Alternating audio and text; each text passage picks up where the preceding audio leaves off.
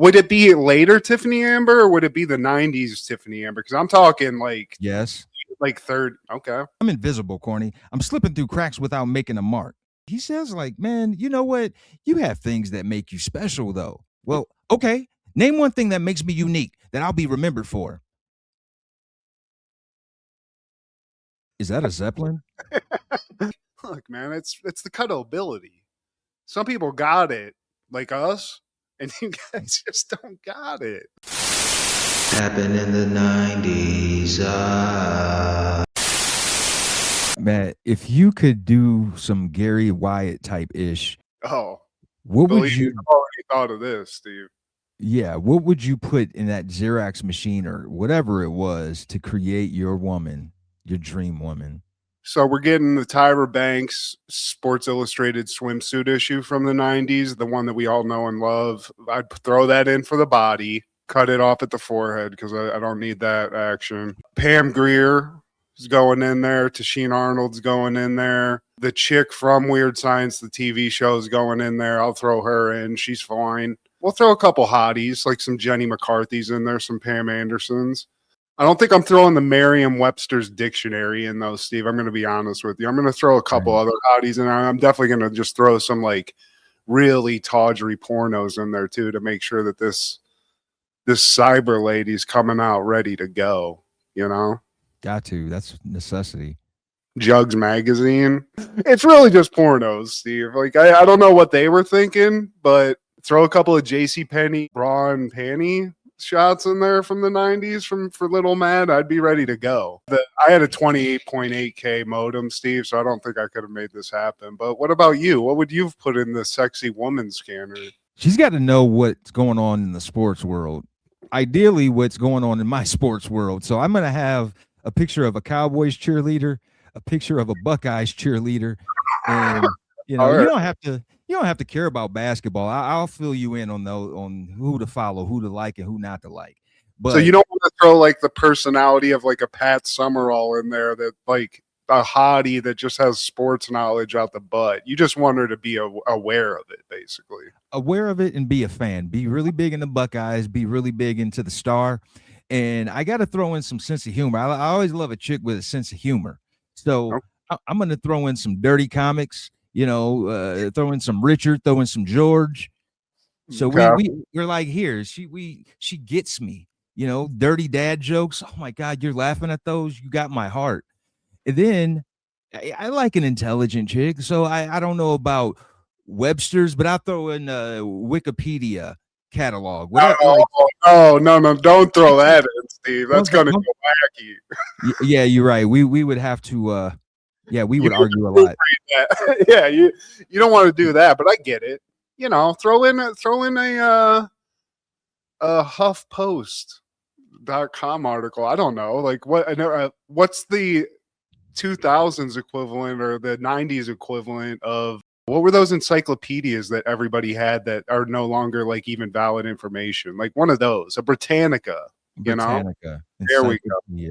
Yeah, and I give her transcripts of happened in the 90s episodes. Nice. Yeah. She definitely have to just go through the catalog for sure. But then I feel like it'd just be kind of like talking to me, Steve. And I don't know. That's a little bit of a mind fuck. But yeah, I like that. Yeah. But here's the thing, Steve. She's a genie. So you're basically creating a great friend and wife. But this woman's a genie that's going back in the computer, you know, like it doesn't need to be that in depth. You know what I'm saying? I went dirty with it. And now I'm feeling a little bit self-conscious, I guess. Well, I left out. Yeah, I would definitely add a picture of Portia Williams and Roxy Reynolds, Tiffany Amber Thiessen. Yes. Would it be later Tiffany Amber or would it be the 90s Tiffany Amber? Because I'm talking like like third. Okay. I like that. I like that answer. Ladies man Tiffany Amber Thiessen, Steve. That's mint condition right there. That's perfect. Curvy. Voluptuous. From my heart and from my hand, why don't people understand my intentions? Oh man, I wish I had that scanner though, Steve. Back in the day, little Matt G would have loved to create himself a woman genie. That would have been great. Would have gotten pretty gross though. Be pretty sticky. This is Steve G and Matt G with Happened in the 90s, a show where we talk about what happened in the 90s. So get out your Mighty Morphin Power Rangers and your Mighty Ducks jerseys, because I'm a hustler. Hustle, a hustler. New Jack, hustler. Is that iced tea coming through? Ice? Today, my friend, we're talking all things March 5th in the 90s. If I go, you die. Starting off in 1990, various artists would release New Jack City soundtrack. And here we are, man. The movie, The Wonder, Snipes, Iced Tea. I've heard the New Jack City soundtrack prior to this. It never clocked as one of my favorites, but it's attached to a movie that is one of my favorites. So it's up there. So I don't know how to equate that, like what the average is. It's in the top 10 maybe of soundtracks, but man, it's creeping in there, Steve. It's easily in my top 10 of movie soundtracks because not only is the music good, but it captures the essence of this time. I've talked about the New Jack Swing era, and it doesn't get more New Jack Swing than the New Jack City soundtrack, Matt. I wanna sex you up. Exactly. All night, make me feel I want you now. That song for he's the on this. yeah. Hell yeah. I mean, it's a banger, Steve. But like I said, there's Above the Rims, there's other soundtracks that I can name, and I'm even gonna go non-hip hop related movie soundtracks that just clock in my head before this. But I mean, dude, when you have a movie like this and a soundtrack like this, it doesn't happen anymore. They don't make movie soundtracks, but it's awesome when both of them are fantastic. Usually it's one or the other. You know what I'm saying? There's few things where you get the movies fantastic and the soundtracks, I can't say just as good, but the musical equivalent, I guess we would say. When I hear any of these songs outside of the movie, I think of this movie. I think about the scene from this movie. Like the Color Me Bad song, I think about when Nino Brown is giving the eyes to G Money's girl. When New Jack Hustler, whenever I hear that, I see Ice-T chasing down Chris Rock on the bike. Don't wake me, I'm dreaming. Cause I'm dreaming, leave me alone. Come on, Matt. Yeah, I'm not saying it's not good, and I do love that. That's what's great about music in general. Is like it just like transports you, I guess, into the scene of the movie. Which is it totally does, man. Hustler, New Jack, Hustler. This is a lesson to people that are making movies now. Get back to this. Give us the total package. You got to get people in the seats in the theater and just like in general. And I know people don't buy CDs or whatever now, but the accompaniment of music that goes with a movie like this, it's not just like a collection of songs that they just threw into a CD for a movie. I'd love to see that again. I miss that. In 1993, Getting By debuts on ABC. Widow Dolores and her two boys and divorcee Kathy and her two girls move into a big house together to start over. It starred Cindy Williams, Thelma Hawkins, Deion Richmond, and Merlin Santana. 2 seasons, 31 episodes, Matt. Shirley, Aunt Rachel, but not Aunt Rachel. It's not her. It's not the character. But it's her, which I found confusing. But Steve, I'm here to tell you, I do not remember the show. Usually I'll remember a song, the opening, something, and this was on TGIF. Yeah. I'm not clocking this. Well, now you know where Aunt Rachel went. Yeah, she moved into a house with Shirley and her kids. Yeah, trivia buffs out there. And Deion Richmond, he played Bud, famously known as Bud from The Cosby Show, Rudy's best friend, and Merlin Santana, a young Romeo. Oh, okay. I did try to watch the first episode, Steve, and I got to be honest with you, it's a little hokey. But, you know, it's the 90s. Exactly. Still got the Laverne and Shirley-ish. Like, it's got that tone and, like... Brady Bunches? Yeah. I'm trying to think of, like, the word, but just, like, the rhythm of that show. Like, every joke ends with, like, well, I guess we'll do this. It just sounds like, you know, it's very scripted.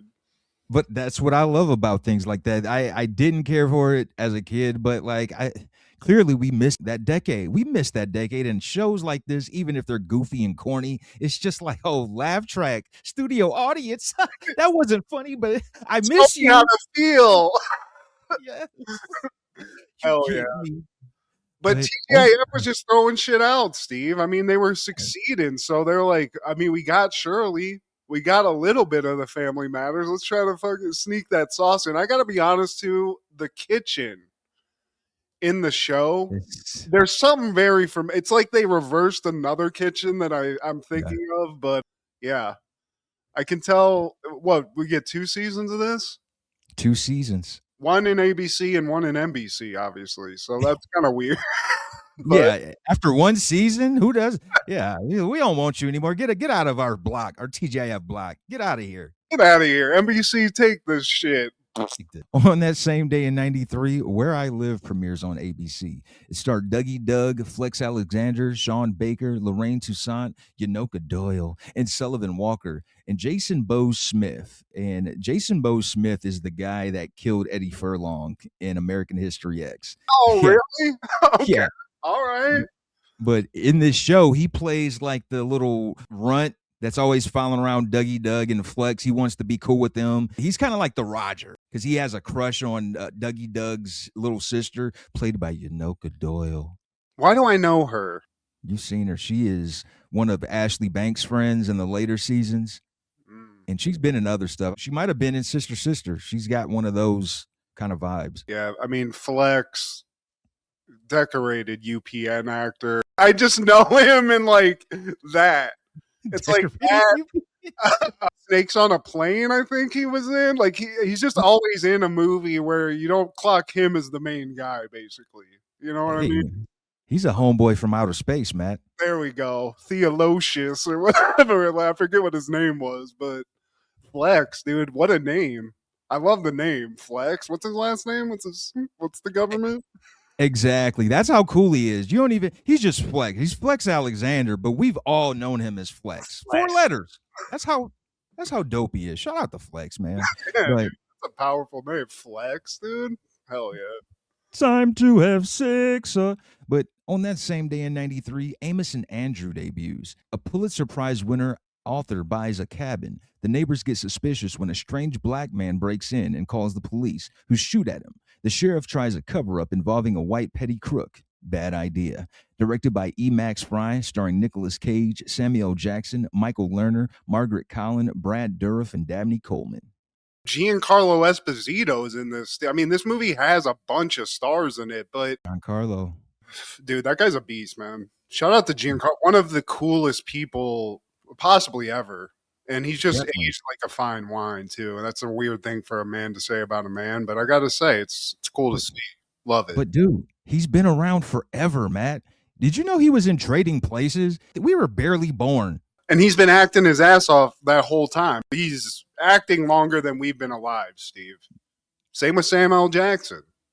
Yeah. Who I was extremely excited because I had never heard of this movie.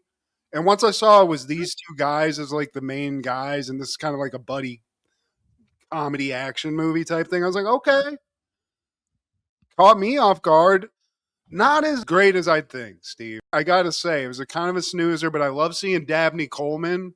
I love seeing Chucky, Brad Dourif up in this. I just think this is a movie about Perrysburg, basically, for a lot of it. You know, the cops, them being suspicious of Samuel L. Jackson. It's a little heavy-handed, I'd say. They nearly kill the guy. I just kind of tuned it out for a while, and then I came back in when it became the buddy thing again. But I was just kind of like disappointed, Steve. Around this same time, National Lampoon's Loaded Weapon aired. We just talked about it about a month ago. And from what I thought, I remember this was the same vibe, but it wasn't as slapsticky and it wasn't as good. I thought it was supposed to be funny. I think you call it a comedy, but I can't tell. The movie's just...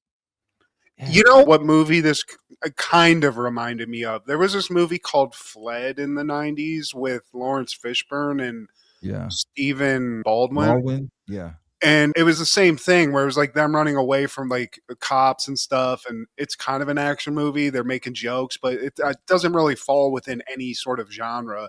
But always fun to see Nick Cage. He's kind of the 90s Nick Cage here, a little more. He's not the overacting Nick Cage that I was hoping for. Kind of like a lovable loser type dude, but I don't know, man. There's better from both these guys, but I, love to see these guys. Wish the movie was a little bit better, but hey, what are you going to do?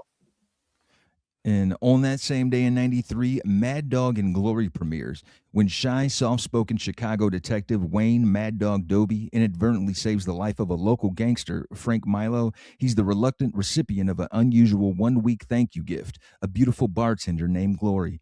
Directed by John McNaughton, starring Robert De Niro, Uma Thurman, Bill Murray, Kathy Baker, and David Caruso. I mean, you can deliver Uma Thurman up to me as a gift any day of the week. That's cool. This movie, not so much. Yeah. I do like seeing Bill Murray kind of being a cold-blooded gangster a little bit. I mean, that's all I can say. He's not lighting the movie on fire, but I think that they had to do something because I think, from what I read, De Niro was going to be the thug. And he auditioned and was like, I want to play the soft-spoken guy. So I guess maybe the thought was, well, we got the ultra thug playing the soft-spoken guy. Let's get a comedian to play the thug in this movie.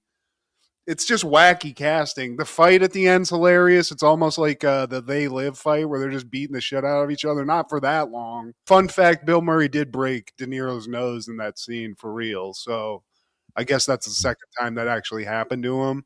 Bill Murray can throw a punch, Steve. That's proof positive. He is from Chi-Town, but what you just said right there, Bill Murray as the head of a mob. Come on, bro. Like, I can't get past that part. They should have stuck with the original plan. And I know De Niro, he probably wanted to go against trope, but bro, stick to what you know. This is the first time Scorsese and De Niro collaborated where he didn't direct. He was the producer of this, and maybe he should have. I mean, De Niro as like the guy you don't think he should be playing, great in Jackie Brown. That's an example where it works. In this, he's just kind of a bitch in the movie, to be honest with you. And like even at the end when they're about to fight, he's like, he's kind of like crying and stuff. It's weird. So maybe that was like the thing. Like, look at De Niro. He's not Cape Fear De Niro. It's freaking cry on a doorstop De Niro or whatever. But I don't know. Yeah. It's another one where it's like interesting to like see the box. I'm like, oh shit, okay. Like, let's see where we go with this. And then like 45 minutes into this, I was like, Jesus Christ, how much longer we got? Like, that's not a good sign. It's not, man. And it's a movie with Bill Murray, Uma Thurman, and Robert De Niro. Like, who would have thought it would suck that much? I mean, it is what it is. I just think it could have gone harder or something, but I don't know. You know, what I said for the movie prior to this, there's better from both. Better for both. That following year, 1994, Duckman debuts on USA with Duckman. Duckman tries to figure out who is trying to kill him. Hilarity ensues. Yeah, this is a great premiere episode. And I feel like this is actually, to me, one of the best Duckman episodes. We get a lot of like wackiness in this that I just enjoyed. So shout out to Jason Alexander, always killing it. We talk about him a lot on the show for a lot of reasons. We've done a lot of episode ones on this show, Steve. I love it. Great episode one. Never would have thought I'd be a huge Jason Alexander fan growing up. Yeah. But here we are. Yeah, the scumbag from Pretty Woman really did good on himself, Steve. He kept skyrocketing after that movie. So I'm as surprised as you, honestly. After Dunstan checks in, I was like, I'm done with this guy. And not only that, I think I'm a stan. I think I'm a Jason Alexander stan at this point. I'll take it, Steve. I support it. We start off with a nurse running down the hall. She's screaming. She's calling the cops. She's calling everybody. She's screaming through the phone, breaking the cop's ear. Then we cut to Duckman. He's enjoying the finer things in life until he gets that Duckman signal. And then he's on the prowl. He's in his Duckmobile, and he follows this nurse into the darkness. And a guy like holds her hostage. He's like trying to get a hold of her, and all of a sudden the lights come on, and that guy is a game show host. I love the naughty nurse. The animation of this show, man, it stood out to me from watching this as a kid. I just thought it was like a funny show, but It's got this like darkness to it. I know there's like an animated style that I've seen of this that's not Duckman, but I can't clock who it is. But yeah, the whole chase scene's hilarious. And it's clearly a dream, Steve, because everything's very pro Duckman in this. He's sitting having a brandy. He's got a Duckman signal. We know this isn't Duckman because we've seen the show. The game show is called This Could Be Your Life. The way the dream ends is the game show host telling him, like, your family don't think you shit, basically. They don't love you. The family's there just like basically harassing him. But this dream, what was a dream turned into a nightmare. Finally, Duckman comes to in the real world, and it's not a mansion. It's not a Duckman mobile. It's a mattress on a floor of a shitty room, Steve. And I've been here. Been here, Duckman. More so than others, man, because I'm sure part of your wake-up routine is reaching for a pack of Parliaments, which is what Duckman does. He reaches for his pack of smokes, and he got mousetrap. There's mousetrap set up in the packs. So what does he do next? He just grabs an ashtray from under his bed and licks it. You got to get something, Steve. You got to get that buzz in a little bit. And a delicious treat's a delicious treat. You know, I hope you never reach those links. No, I did not. I accidentally drank ashed cigarettes in a can of pop, but no, not that. So, we see Duckman's real life. It's not great. He can't even smoke a cigarette. So he gets in the kitchen. Bernice is already up. She's doing like 5 things at once, cooking breakfast, lifting weights. But as we know as actual watchers of this show after episode 1, the relationship ain't great, Steve. Bernice is his sister-in-law, I believe.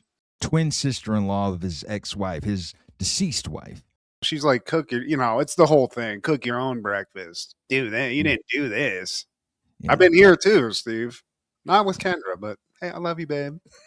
And you're supposed to get your dog neutered. He had caught him looking at the hamster again. And you got to stop smoking. You can't have my house smelling like a cesspool. I didn't smoke. That was actually a pretty good Jason Alexander, Steve. I like that. It was. And we meet the rest of the family. Bernice, his son Ajax. We haven't seen the dog Gecko, I don't think yet. But Charles and Mambo, that's the conjoined twins. And Grandmama, who is comatose except for her anus that is leaving gas out at all times, Steve, which that's got to not really be a great environment. That's why the cigarettes help. Ajax, he's not really all there. We meet him. He's kind of a dummy. The conjoined twin guys, they're not dummies. They're geniuses, which I love. Everybody's just kind of ignoring Duckman, Steve. It's starting to feel like nobody really cares. And to the point where he actually disappears in the house. So he makes it to work, and you see Fluffy and Uranus. These are his punching dolls. He just abuses these 2 dolls. They're like Care Bear dolls. They love him, Steve, and they're giving him good advice about eating well and not smoking cigarettes. They're the ones that are responsible for putting these traps in all of his cigarette packs so he'll continue not smoking. I think they kind of like give him one more announcement, and he just kicks one of them out. I mean, this is like a smash room. One of them goes out the window, and the other one, like, he kicks and it gets impaled on like a coat hanger, I think, or something. Yeah, it's not going well. And then we meet Cornfed for the first time, and he's complaining to Cornfed like, I'm invisible, Corny. I'm slipping through cracks without making a mark. He says, like, man, you know what? You have things that make you special, though. Well, okay. Name one thing that makes me unique that I'll be remembered for. Is that a Zeppelin? I don't even have a coffee mug with my name on it. What does it say on it? Like, whoever. He's insignificant, Steve, but somebody thought enough of him because he gets a package. That's awesome. And he's like, oh, well, somebody loves me, but it's a letter bomb, Steve. And Uranus takes the brunt of the explosion, maybe cut in half, but severe damage has been done. But now Duckman, because he's a detective, he wants to know who could it be. So him and Cornfed go straight to the maximum security prison, and he's getting patted down, and apparently he's ticklish. But he's there because he's telling the warden, I know exactly who it was. We have a detective's instinct. Do you know who the warden is voiced by? No. Good old Jeffrey Jones. The cancel button is here. I mean, you can't do a 90s nostalgia show without talking about a couple of pederasts, Steve. That's just the unfortunate reality that we're living in now.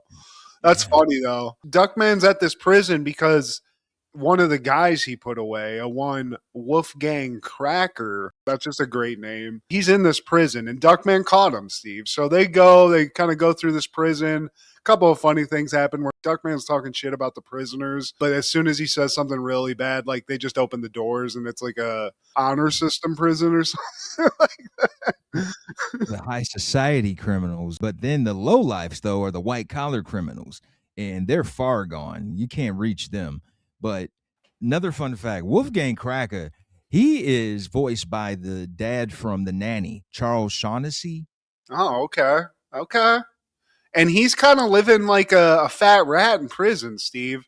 He was a cannibal, I guess.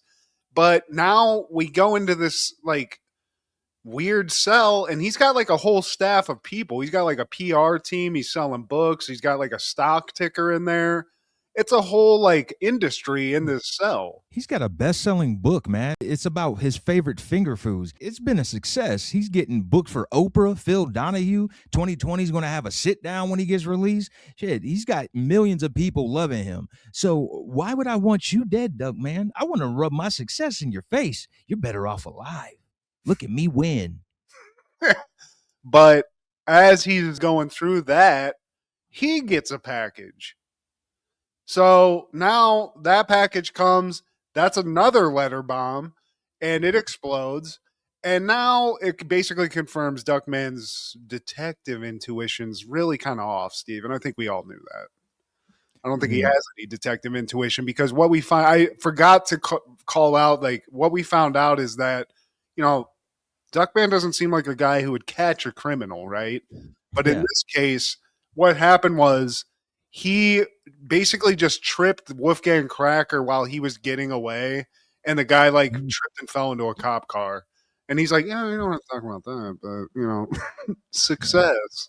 Yeah, but he got the assisted tackle. After Cornfed and Duckman leave the prison, there's another letter bomb that they throw out the car over the overpass, but by the time they make it under the overpass, it falls back into the car. They get blown up again. Getting blown the hell up. Get back to the home. Bernice is like, yada, yada, yada. Some guy called and said he was going to bomb you and kill you. Whatever. Bye. Yeah, so she takes the kids. Duckman's just kind of like kicking rocks. He's just disheveled at this point because he wanted to basically go home and bond with his boys, you know, before he dies. He's about to be killed, Steve. Somebody's on his ass. And he just wanted to have a little quality time with Ajax and the two weird conjoined twin kids. Kids don't care about me. I'm living with my sister-in-law who hates me. Hey, Cornfed, let's head to the attic. Let me show you something right quick. So Duckman, he pulls out his home movies, and apparently he was in Steamboat Willie as a kid. And there was a side character, a Mother Goose, who tells him, like, hey, treating people like this mouse does is the surest way of success. Duckman's like, man, shut the hell up. So then he's in an episode of Popeye, and he has to save olive oil from the train tracks. As he gets the spinach, he's like, man, I ain't eating no spinach, man. Where's my smokes at? So as he smokes a cigarette, olive oil gets ran over. Oh, Duckman. And then he goes to Jellystone Park as him and his dad. Hey, boo-boo. He tells his dad, like, I'm not going to college. His dad chases him like, I'm going to drag you to the college if it kills me. He's basically in every Hanna-Barbera cartoon. You know, he's a cartoon. So his whole, like, beginning life was him in those. But his child self is basically just a chain-smoking asshole, which he's turned into, Steve. Art begot life. And I love that Cornfed is being held down to watch all of these, like, because it's like a home movie selection. And he's like clockworked oranged into the, like, a bed to watch all these crazy things. And the final tape or reel or whatever you want to call it is we see his wife and we see him like raising Charles and Mambo. Is that Charles and Mambo? Yeah. She's dead now. So we kind of cut away from that, and Cornfed's just like, crazy how much it's changed. Duckman, we see a little behind the curtains, Steve. A little sad. And we find out that tomorrow's their wedding anniversary. As he tells Cornfed that there's a package that comes in that says, "I'll see you at your grave." Dun dun dun. This guy's really good at making these bomb packages. See, the Unabomber in this world is just at it. But the package comes in. They just get into a chase with this guy. We kind of see him. He's in the shadows. But they chase him, and they chase him to a graveyard, Steve. So they get there. They pursue this bomber into the graveyard. Basically, Duckman like trips and falls into his own grave. His ex-wife is Beatrice. I keep saying Bernice, I think. Yeah. But he knows where he's at, and he's like, wait, what the hell? This is my dead wife's grave. What's going on? And we finally see this bomber, Steve. It's like a weird, hairy elephant guy. I don't know. He's the mad bomber. Not only does he have him where he wants him, he also has a chainsaw. And as he approaches Duckman with the chainsaw, it flies out of his hands into Duckman's. He doesn't chop him up. We find out that the mad bomber, he had his marriage ruined because Duckman took pics of him having an affair. She was my everything, but now I don't have a purpose. You know what? Hold up. It wasn't you. It was a guy who looked like you. All duck detectives look alike. But yeah, there's nothing about you that stands out. He keeps calling him Daffy. It's like Darkwing Duck, Daffy. He keeps calling him combinations of that. Because even Duckman's like, man, I don't even remember that. I think I remember this guy. So yeah, this guy's been trying to kill Duckman, but he's like, man, sorry, bro, wrong guy. Duckman can't even like bring himself to take him to the cops. I love. He's like, dude, I'm kind of like feeling down. Can I trust you to just like go to the cops, please? Yeah. He's like, look, man, all is not lost. I know you feel like you lost your identity when you lost your wife, but you still have something special. What, my chainsaw? No, your children. They need you. You're special to them, believe it or not. But even after that being said, he doubts his own worth as a father. Yeah, and he's like, just looks at his wife's grave and is like, man, she just made me better. She made me a good father and stuff. It's actually kind of sad. Then we cut to the next day, and Duckman's like back home, dragging his feet, just like depressed. He stops outside the door. He can hear people inside. He's just over it. His house is like kind of like next to a highway, and he just walks to a dead end of this road that he lives on, and just he wants to be by himself, Steve. But then his kids come out. Ajax comes out to wish him a happy anniversary. And he even gives him half of his Scooby-Doo sandwich. Should look good. And Ajax actually tells him nice things. It's like, it's got to be tough. Mom's dead, but we think you're doing a good job. It's a real emotion. And Duckman's just like, thank you, son. And Ajax and them just leave, Steve. That's all it is. That's family. Dedicated to the memory of Frank Zappa. I didn't see who it was too. I wonder why that was. Was it somebody like that made the show? Was he part of the show? Well, Ajax is voiced by Dweezil Zappa. Oh, okay.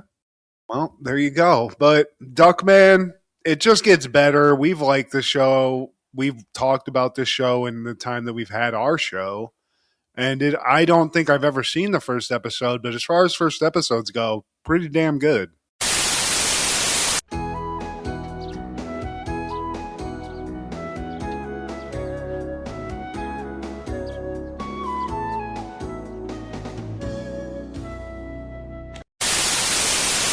Just like this next one, also in 94, Weird Science debuts on USA with the episode She's Alive.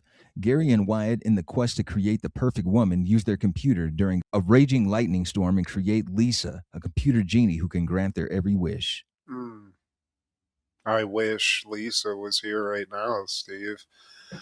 Who is that chick? That's an early crush for Matt G, for sure. This chick is phenomenally hot. Vanessa Angel. An appropriate name. And she's got like an English accent. Just a light one.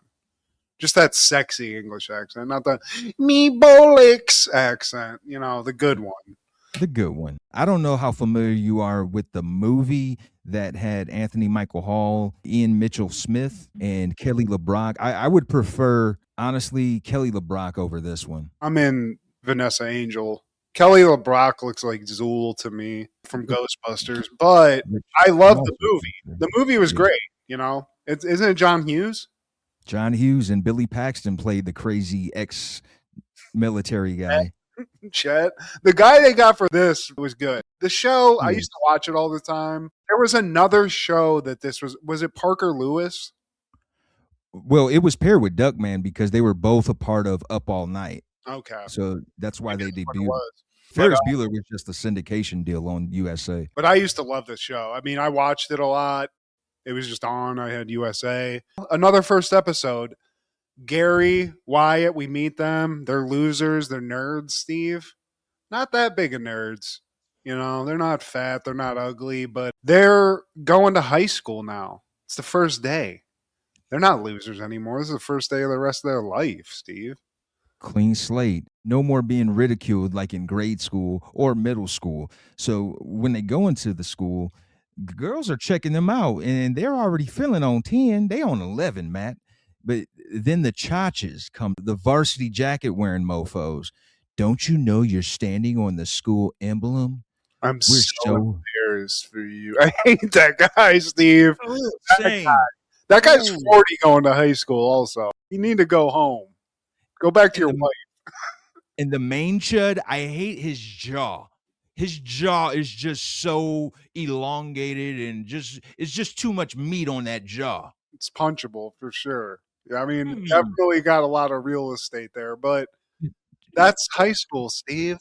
No, I wish somebody would have told me about stepping on a yellow jacket. I would have pulled my wiener out and like pissed all on the.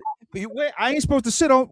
Man, let me take a crap on this. Do you remember though, like that first day of high school where everyone's like, "You're gonna get hazed." Everybody, you go in. I was like, I don't think that's gonna happen, and it didn't happen. But I do remember being stressed about it for a little bit. Like, what's high school, man? Like, what's these are adults now, you know? Like, there's a little bit of that in the show, you know. I was wired different, man. I wish the mother would, man. But I mean, and I wasn't a tough guy, but I was ready to go crazy on any of those fools.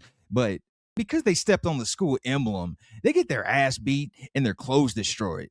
It looks like they got like chewed up, Steve, because they cut to them getting off a bus, which I'm assuming is filled with like little kids. And they're like, thanks for not spitting on us. Actually, Steve and I were in the back of the bus, so we probably would have been spitting on them. But we totally cracked jokes on you. We didn't get you physically, but we made your spirit break from time to time. Yeah, you wouldn't have felt great walking off the bus. But they come out. Parents are like getting out. And this is like the 90s parents that are like basically checked out. You know, they see their son looking like he got attacked by a bear and they're like, bad first day, son. He's got toilet paper in his hair. Yeah. I smell like urinal cakes. Okay. This is not good. And then to make matters worse, insane psychotic brother Chet comes over. I mean, he's definitely a January 6th like Trump person at this point. Oh. We cut him out. He's a guy who's gonna like fart in his hand and just go. He's totally Wayne. Yeah. Showing some leg, pussy. Take care of my bags too, ladies. I'm so hungry I could eat a dog as big as a horse. The parents almost seem intimidated by this guy. I mean, he's just running the house. So we cut from that. He's inside eating a hoagie. Hoagie's huge in TVs, Steve. We saw a big hoagie in Duckman. He's like making them shine his moose heads, Steve. Yeah. What kind of life is this guy leading? And he's also explaining how he was in the military and the dad's like, you're not going to do this or something. And, you know, I think Chet got a dishonorable discharge. Let's put it like that, Steve. Pretty much. Unless those commies get their act together, I'll be here for the long haul. So we cut to Gary and Wyatt in the room and they're just like, why aren't we at the school dance right now? Because none of the girls want to talk to us. He's ready to go. And he says, he's like, why don't chicks like us? Like, I've been watching Playboy Channel for years. Like, you think all that swag that we're picking up off the Playboy Channel would translate to a little sniz in the real world. But that's just not the reality, Wyatt. This is not the reality. I'm sorry. I'm here to tell you. It does the complete opposite. It drives a further wedge between you and the ladies because now your mental is on some whole other level for the worse. Yeah, so they're watching not Playboy Channel, it's just Frankenstein's on TV. It's this crazy idea, which honestly, I'd be like, are you having a fucking seizure or something? Like, this, you sound stupid. But he's basically like, yeah, man, like, this is a great idea. Let's create a woman. Yeah. Okay, what? A real woman, not like no Rosie from Jetsons. I'm talking about she's got all her holes. 36, 24, 36. Like we discussed earlier, they're just putting random pictures together, dictionaries, Beavis and Butthead calendars, Mad TV or Mad magazines, comics, crazy What's shit. The program they're loading all this information into, Steve? This is a Dell. This is a gateway, you know? I don't know what the program is, but there's magically this program where you can design a woman. I never played that. I was playing Carmen Sandiego and shit. In Doom, you had to have the beta. That's what they used. They used the beta of Windows 95. It was a special edition, and they had to recall them because it's like, nah, you're using this to make hot chicks. We got too much sperm being spilled over this. I got double D women walking the streets like hotcakes. Play some Minesweeper instead.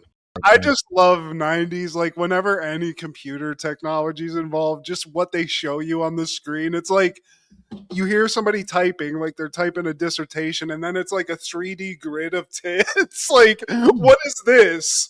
What are you putting in there? Is it ones and zeros? But they're designing the hell out of a woman, Steve. I'll tell you that. They create a tornado within their room. The wind is blowing in their face. Lightning strikes. And then this hot chick, Vanessa Angel, she appears and then she disappears. They pull the plug from the computer and then she reappears with a bang. Just looking fantastic in that white dress. And they did it, Steve. I mean, I'd call science. I don't know if there's like a 1-800-SCIENCE hotline, but I'd want to get some experts in here because I just created a woman out of MS-DOS. So I don't like, is this bitch about to like kill us? I don't know. But like, even she's like, damn, okay. Ass and titties. I'm feeling great about it. Chet comes in and he sees his moose is melted, the moose head. Then he turns around and he sees Lisa. He's just like, hey, losers, beat it. Me and he asked what's her name, and she's like, well, then I think it's Wyatt or Gary is like, Lisa, man, me and Lisa, we gonna get it figured out about this moose head and another type of head. So y'all scram, get now. She's like, no, I'm Wyatt. I belong to him. I know he looks like a pussycat, but he's gifted. Chet can't believe himself, Steve. He's overwhelmed. I think he takes Wyatt, gets pushed into Chet's locker. He's sitting there like, I hate you, Chet. I wish you'd go to hell. And then Chet just disappears, Steve. So this is, I mean, like, holy shit. Yeah. What is going on here? I didn't just create a sex robot. I created a genie? That's pretty cool, Steve. Where did Chet go? He's where you wished him. Hell. Holy shit. So he has to like take a second. He's like has to lay down. He's shocked. So they're sitting there like trying to figure out what's going on because now this isn't just a real doll, Steve.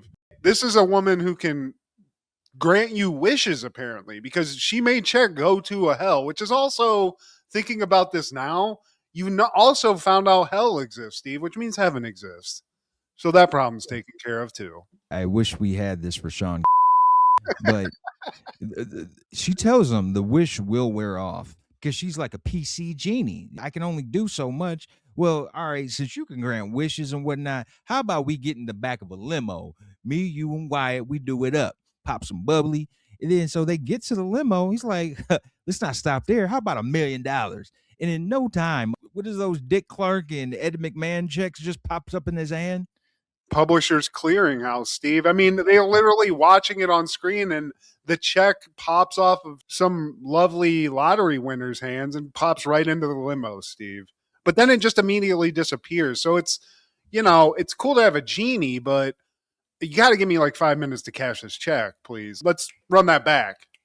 little bit longer. Let's get close to a Bank of America so I can get this in there. But yeah, so there's a lot to like about Lisa, Steve, but there's a couple of drawbacks, a couple of disappointments. Wishes could last an hour, a day, or just a few seconds. She asked, like, so what do you want? What do you guys want? Well, I want those girls that we really like to fall in love with us. Consider it done. That's it. They get to this dance, Steve. They're suited and booted. They got a limo. I mean, they're ballers at this point, but they don't know exactly how this is going to work, So I think they like walk up to the chicks that they like. And they're like, oh, hello, guys you love back here. And the chicks are like, ugh, do you need some help, little boy? They're not into it. So did the magic work? It's about to. They're still playing them like, oh, you smell like jack off. But then, like, as they're talking to the girls, the chuds, they come back. Don't you know you're talking to our dates? I'm so embarrassed for you. What a douchebag, Steve. But as that happens, Lisa pops in looking even hotter in this new red dress she put on that's just, God, this is so hot.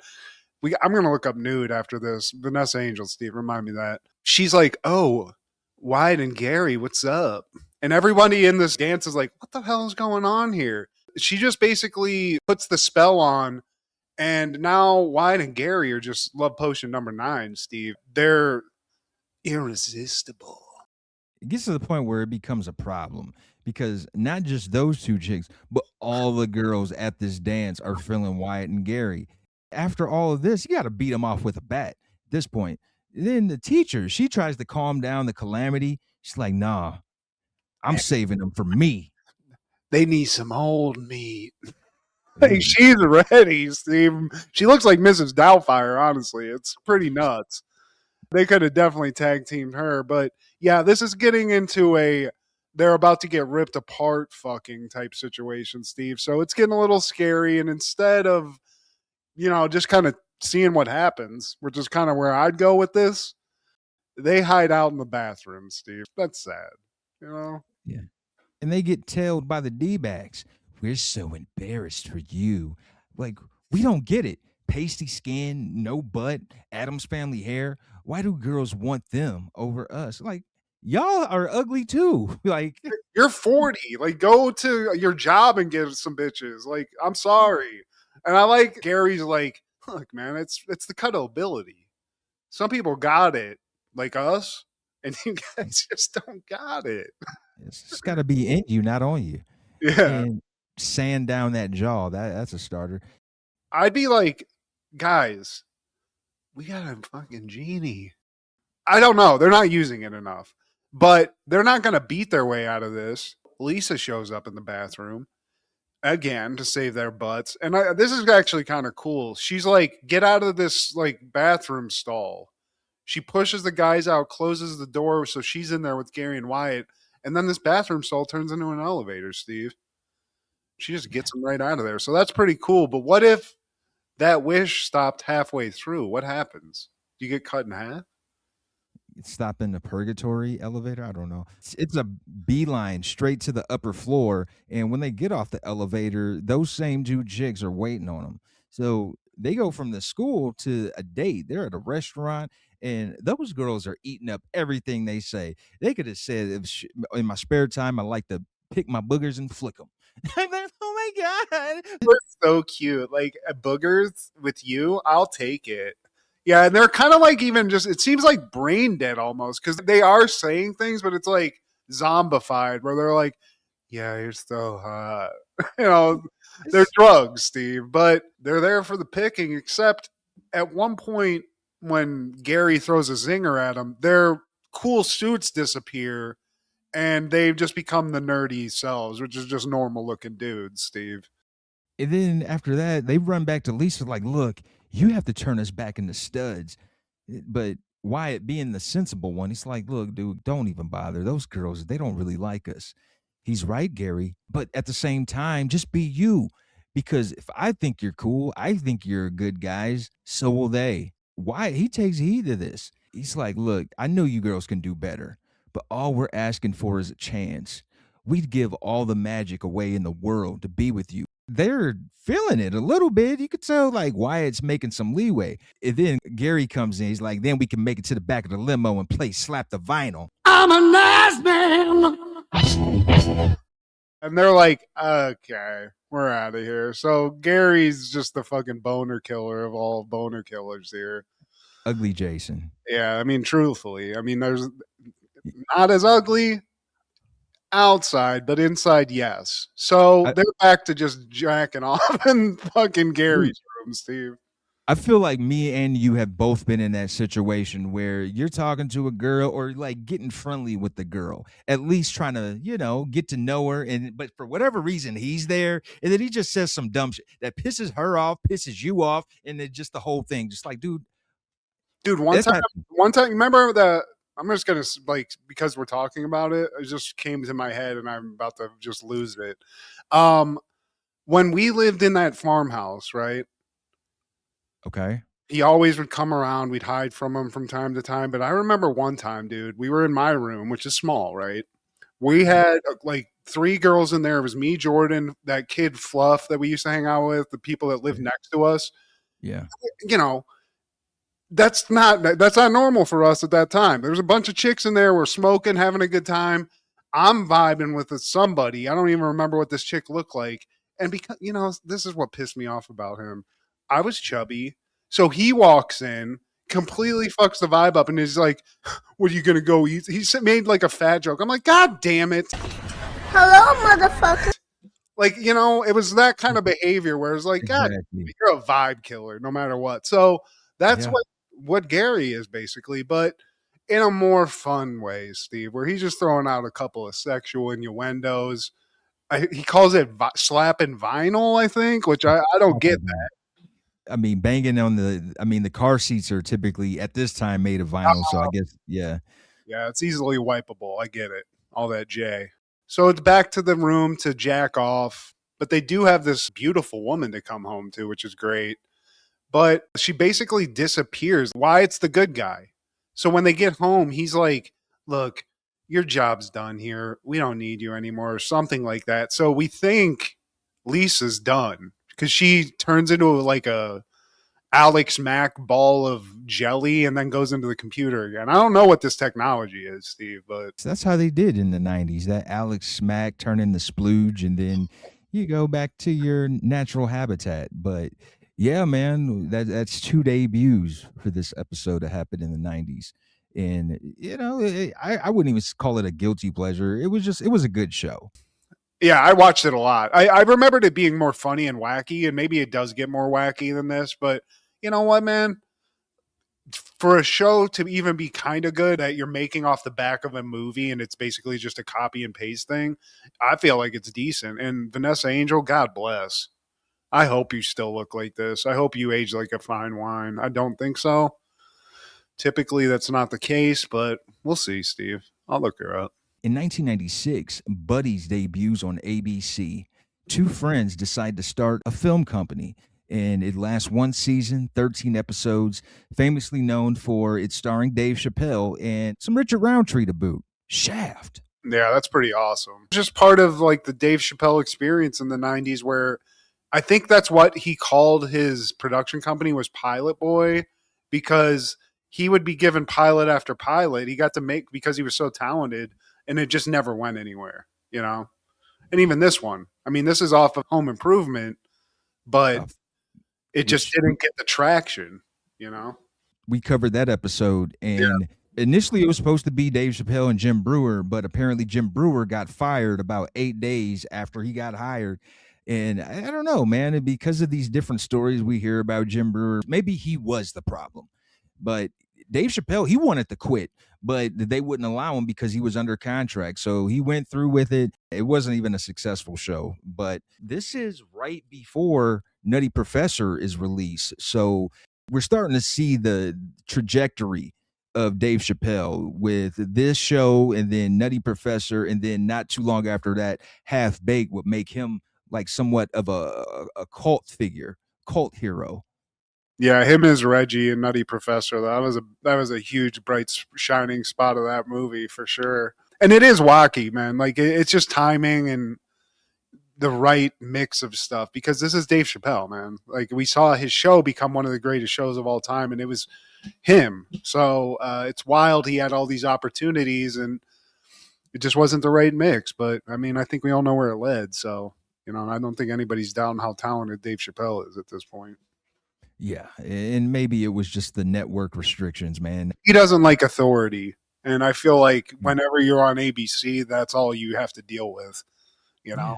And they These are kicked his buddy off the fucking show, so he had to deal with some other guy. So I'm probably that's not a good way to start a relationship, I guess. In 1999, Analyze This premieres, a comedy about a psychiatrist whose number one patient is an insecure mob boss, directed by Harold Ramis, starring Robert De Niro, Billy Crystal, Lisa Kudrow, Joe Fittarelli, and Chaz Palminteri. Yeah, March 5th was a good day for Robert De Niro, and I actually liked this one. As much as I like Billy Crystal, I don't know, man. It just seemed cheesy to me. This definitely fits the Robert De Niro wheelhouse, whereas like in the Mad Dog and Glory, he's a little whiny, wimpy cop. But this is what he's used to, and it's hilarious, man. I don't know if this is his first foray into comedy, but I laughed. If I go, you will die. It's that. To me, what I loved about watching this is you get to see all these guys that played mobsters like throughout the 90s. It's like they got the whole cast in this. The weird chubby guy that's his consigliere, that guy. And this became a thing. I mean, people loved it. I know my parents loved the hell out of this movie. And then I think they made a sequel to this shit somehow, which I don't remember that too well either, but Analyze That. It is funny though. They literally, that Mad Dog movie, they were like, that didn't work. You got to do De Niro. We need full De Niro on this. Yeah, go all the way. But also in 1999, Cruel Intentions premieres. Two vicious step-siblings of an elite Manhattan prep school make a wager to deflower the new headmaster's daughter before the start of term. Directed by Roger Cumble, starring Ryan Phillippe, Sarah Michelle Gellar, Reese Witherspoon, and Selma Blair. It made me want to jay off when I was younger and this movie came out. Watching this as an older person, I just find this very creepy. This movie's weird. Well, it doesn't make me J.O., but it makes it hard because Sarah Michelle Gellar, especially in the 90s, the future Buffy, man, she's dark, Matt. Yeah, I mean, it's full of 90s hotties. And it's got Reese Witherspoon in it, who's also a hottie. Selma Blair, hottie. Did you know Fred Norris is in this, Steve, from Howard? I was just going to say, I didn't catch him. He's a meter maid. But yeah, I mean, it fits into that realm of erotic thriller movies in the 90s that there's not a lot of it being made anymore. What I remember from this was spoofed on a Scary Movie was the disgusting spit kiss thing. Yeah. I remember that. The saliva, yeah. But there's a difference. Reese Witherspoon, she's attractive, but I always looked at her as cute. Whereas Sarah Michelle Gellar is just always been sexy. There's a difference, you know what I mean? They're both attractive, but they're in their own different category. I get that. I think that's everybody. That's just your personal taste. I find Sarah Michelle Gellar scary and mean looking. Yeah. So maybe that's what it is. That falls into that dark white chick that you like, that mean white chick. So I'm more of the girl next door Reese Witherspoon type, Steve. Boring. So there you go. That's just, to each his own. Missionary sex every time. And it's not even going to be, are you done yet? Starfish, Steve? I don't think so. Reese Witherspoon? Kidding me? I bet she has boring sex. But, I mean, I don't know, man. Cruel Intentions, it did it for me. It was frustrating seeing Ryan Phillippe turn down Sarah Michelle Gellar's advances. But he does eat some music. Right? They're related, aren't they? Stepsister. I guess that's half a porno now. So that's where that is coming from, basically. Yeah, coming from. But yes. Also in 1999, Lock, Stock, and Two Smoking Barrels premieres. When four small-time criminals lose a rigged poker game against a London kingpin, he gives them 1 week to settle their enormous debt. Directed by Guy Ritchie, starring Jason Fleming, Dexter Fletcher, Nick Moran, Jason Statham, Stephen McIntosh, Vinnie Jones, and Sting. Sting, Steve. What? Sting. Every step you take. He's awesome in this. Sting is a great actor, dude. I love Sting. We get a first taste of a lot of things in this. We get Guy Ritchie coming to America. We get Jason Statham's first jaunt in America. We get the guy behind you, Vinnie Jones, who I always just thought was a complete cool badass, to be honest with you. Same. I always appreciate the guys who play tough guys that look the part. Vinnie Jones is one of them, just like Danny Trejo. If you need a tough, badass looking dude, those are two people to start right there, man. Vinnie Jones, just the look, man. He has the look of just, I'm here to fuck shit up. I feel like this is something I was thinking about with this movie. He is to Guy Ritchie as Sam Jackson is to Quentin Tarantino. It just works fantastically because he basically played the same guy in Snatch, but it's so memorable. The lines, I love his character in this specifically because he's this like complete badass, but he's like going around breaking people's legs with his son, who he's like, you can't cuss, little kid. You know, he's like being a good dad, but also beating the shit out of people and stuff. So headbutts. I love this movie, man. I always love this. I like Snatch a little bit more. I think obviously it's a little more fast paced, but a lot to like in this. A lot of fun, a lot of comedy, and the villains in this, like, there's something about a big ass bald British dude that's got a deep gravelly voice like this. It's good, Steve. I respect it. And that guy, he's actually a legend over there, man. He was a bare knuckle fighter back in the day, and apparently he died just before this movie premiered. Going back to what we were saying before, like Jason Statham, he fits that role too. He always plays like a badass, but he looks the part. I'm sure like he could really kick your ass too. He's trained in martial arts. Yeah. He was like a diver and a dancer and stuff, and then he just got to be this like badass. And I think he was like a street grifter too, like somebody that does like 3-card money. Yeah, like that kind of stuff. Like I think he that's how Guy Ritchie kind of like found him, which is hilarious. If you like Guy Ritchie, or at least early Guy Ritchie, I feel like he's kind of changed a little bit. This is right there, man. Like watch this and Snatch, and you're good. It's fantastic. Yeah. You're a legend for Snatch and Madonna Snatch. Hey yo, but. Going back to Vinnie Jones too, man, on the first day of filming, he had just been released from police custody. Like, it doesn't get any more bad. He lives that life. He's just, He's the Beanie Siegel of UK, Steve. He's just out there just intimidating people. And I mean, wasn't he like a soccer player or something? He was some kind of athlete. He's a soccer player. He's a soccer player and soccer hooligan. He's everything wrapped into one, which is what you want, Steve. That's a whole shebang. He was arrested for beating up his neighbor. Okay, yep. That clocks. Yeah. Wherever that English accent is, where it's like classy, but they're just gonna whoop the shit out of you. I don't know where that's from, but I like that, Steve. That's the sauce I like from the UK. What are the callbacks this week, my guy? Well, I talked about it a little bit before we started recording, but we have a huge list of stuff. We have to kind of whittle it down. And I just wanted to call some attention to one of the funniest martial arts movies from the 90s, Best of the Best 2. Not 1, 2, Steve. Not only because it's got Chris Penn in it, which I just think is hilarious to see Chris Penn doing martial arts seriously, but it's got Eric Roberts in it, which is also great. Rest in peace, Chris Penn. I love you. You're an awesome actor. But there's this guy in it, Steve, who plays a character named Brackus, who's like, he looks like a giant Nazi. This guy his name's Ralph Moeller. He might be a giant Nazi. I don't know. He sounds like it, but it's like this prototypical, he looks like a human cyborg. And wow. He was in a movie called Cyborg. And I think there was a character named Brackus in wrestling, I think. Probably not because of Best and the Best 2, but you got to watch it. It's got everything I just said and Wayne Newton playing the villain. So you just got to see it. It's one of those get high and laugh your ass off at how insane the movie is. So check it out. Yeah, I kind of figured it would be, and I did want to cover it, but man, we have a full list, and I could see it being on Up All Night, like one of those. Oh, absolutely. I mean, I definitely was on some USA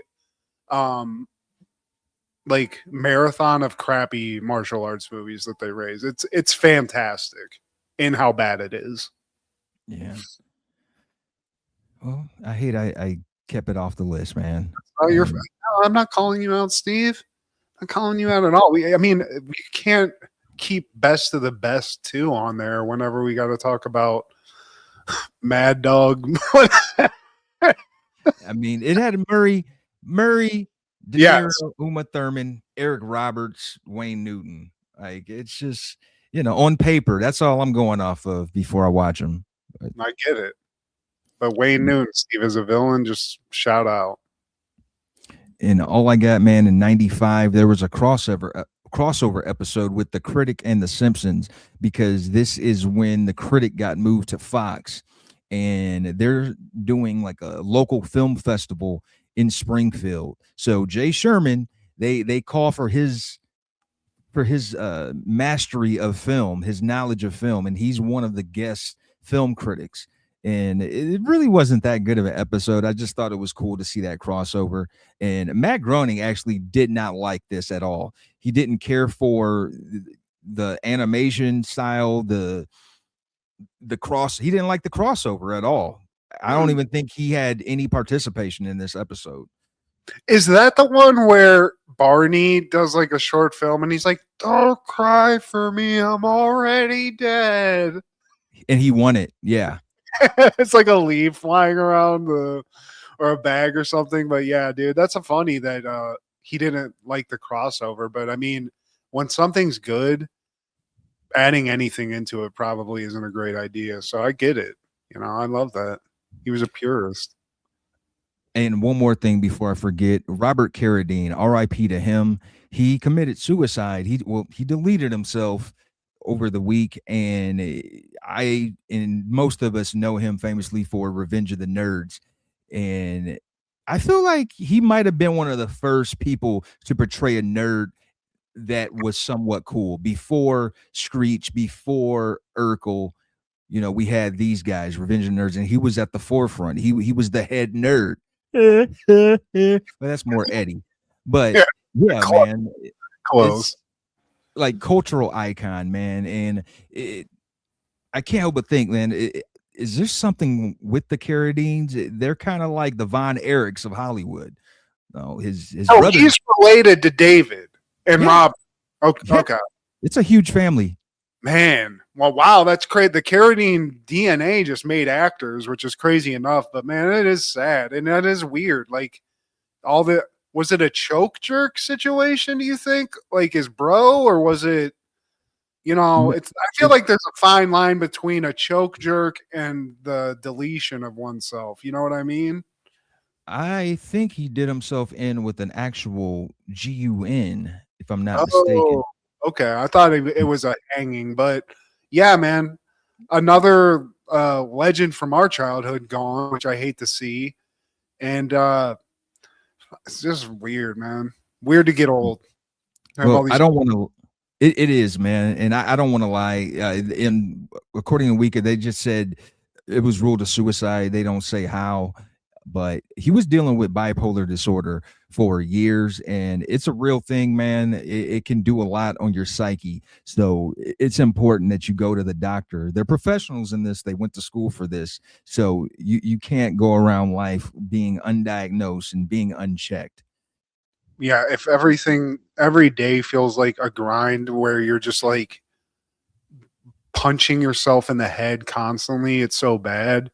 Go talk to somebody. And it is crazy to see these people that you think are like on top of the world, rich. They've been in all these movies and are famous in some way, just still struggling with nobody is immune to that kind of stuff. So it's strange. I hadn't heard his name for a while, and just to see that as like the thing that comes up is just sad. So yeah, man, stinks. Well, Please like, share, subscribe, and comment. Please tell your sister, don't wake me, I'm dreaming. Check out Food Show Fanatics as well as Crushgasm every Wednesday with Kendra G, our guy Clark the Shark on Podcastle, and Wrestling with Ronzilla on TikTok. This is Steve G and Mad G with Happened in the 90s. Matt was the fat kid, Steve was the flat kid. Life wasn't always great, but you know what was? The 90s. Happened in the 90s. Yeah!